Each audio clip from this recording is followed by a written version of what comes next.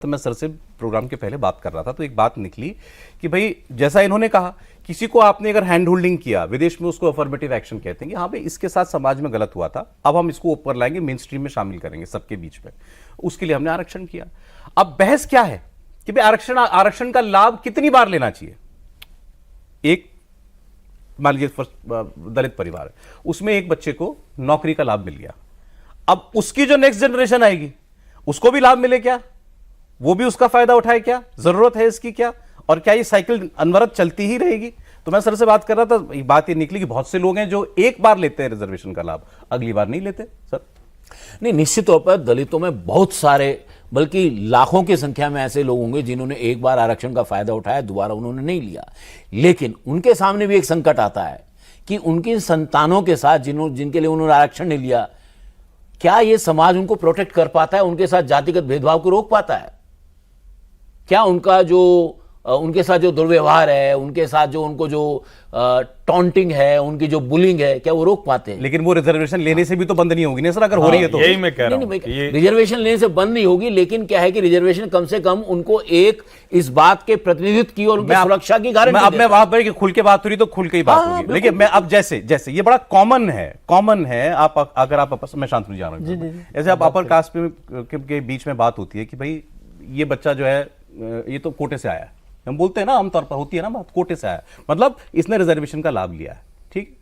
अब अगर उसी में कोई बच्चा आए जो SC ST या OBC समाज का हो और वो कहे कि मैं कोटे से नहीं आऊंगा, मैं मेरिट से आऊंगा, तो उसको लोग नहीं स्वीकार करेंगे, बोलेंगे हाँ यार ये मेरिट से आया है, इसने लाभ नहीं लिया कोटे का, जबकि इसका बनता था। पर क्या ऐसा होता है?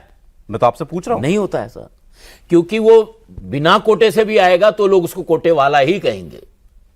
तो क्या समाज किसी दलित को बिना कोटे से एक्सेप्ट कर रहा है? क्या किसी आदिवासी को एक्सेप्ट कर रहा है? नहीं पड़ेगा, कर रहा है, नहीं कर रहा है, करना पड़ेगा, एक अलग बात है, कर और हो रहा है वो एक अलग बात है। नहीं, हम लेकिन, ऐसे मैं आपको बताता हूं, मैं आपको इस देश के राज्यपाल का जवाब बताता हूं। भगवत दयाल शर्मा राज्यपाल थे हरियाणा के, उन्होंने दलित डॉक्टर्स के बारे में कहा कि ये बड़ा अच्छा काम करें, देश की जनसंख्या कम कर रहे हैं।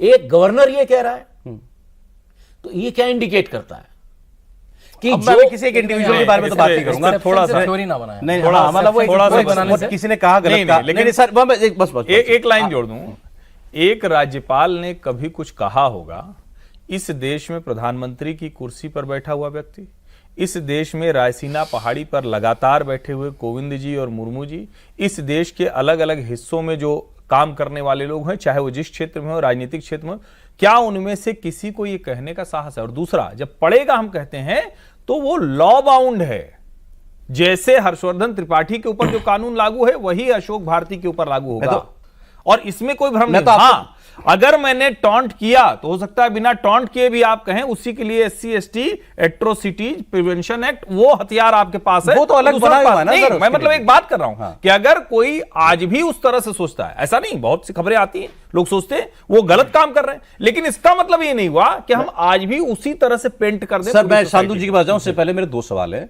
अभी जो हम लोग बात कर रहे थे, क्या आरक्षण का लाभ एक बार लेने के बाद दोबारा नहीं लेना चाहिए? नहीं, मेरा मानना यह है, जब तक व्यक्ति जातिगत भेदभाव की संभावना का शिकार है, तब तक उसको उसके लिए आरक्षण सुनिश्चित करना नेवर एंडिंग। ये तो आपने बिल्कुल ऐसी बात कही ना, कोई तो मैं नेवर एंडिंग नहीं कह रहा, ओपन एंडेड है। नहीं, ओपन एंडेड इसलिए है क्योंकि कास्ट का परपिचुएशन जो है, कास्ट का डिस्क्रिमिनेशन जो है, वो नेवर एंडिंग है। अरे जब हमें से कुछ लोग कहते हैं भाई कास्ट को ही हटाओ, देश में जाति होनी नहीं चाहिए, बिल्कुल हटाइए। नहीं तो फिर सामने से आवाज ही आती है, अच्छा ये अब आरक्षण खत्म करने का दूसरा फॉर्मूला निकाला है कि जाति खत्म कर दो, तो फिर हर कोई खत्म हो जाएगा। राम मनोहर लोहिया वगैरह जब सोशलिस्टों ने कहा कि जाति तोड़ो आंदोलन चलाया, तब किसी ने उनको कहा क्या? अच्छा, किसी ने नहीं कहा। मैं आपसे पूछ रहा हूं, मतलब एक आइडियल सिचुएशन क्या होनी चाहिए? भाई एक बार लाभ ले लिया तो दोबारा लेना चाहिए, नहीं लेना चाहिए? मेरी समझ ऐसी है कि जो लोग अनुसूचित जाति जनजाति में पैदा नहीं हुए,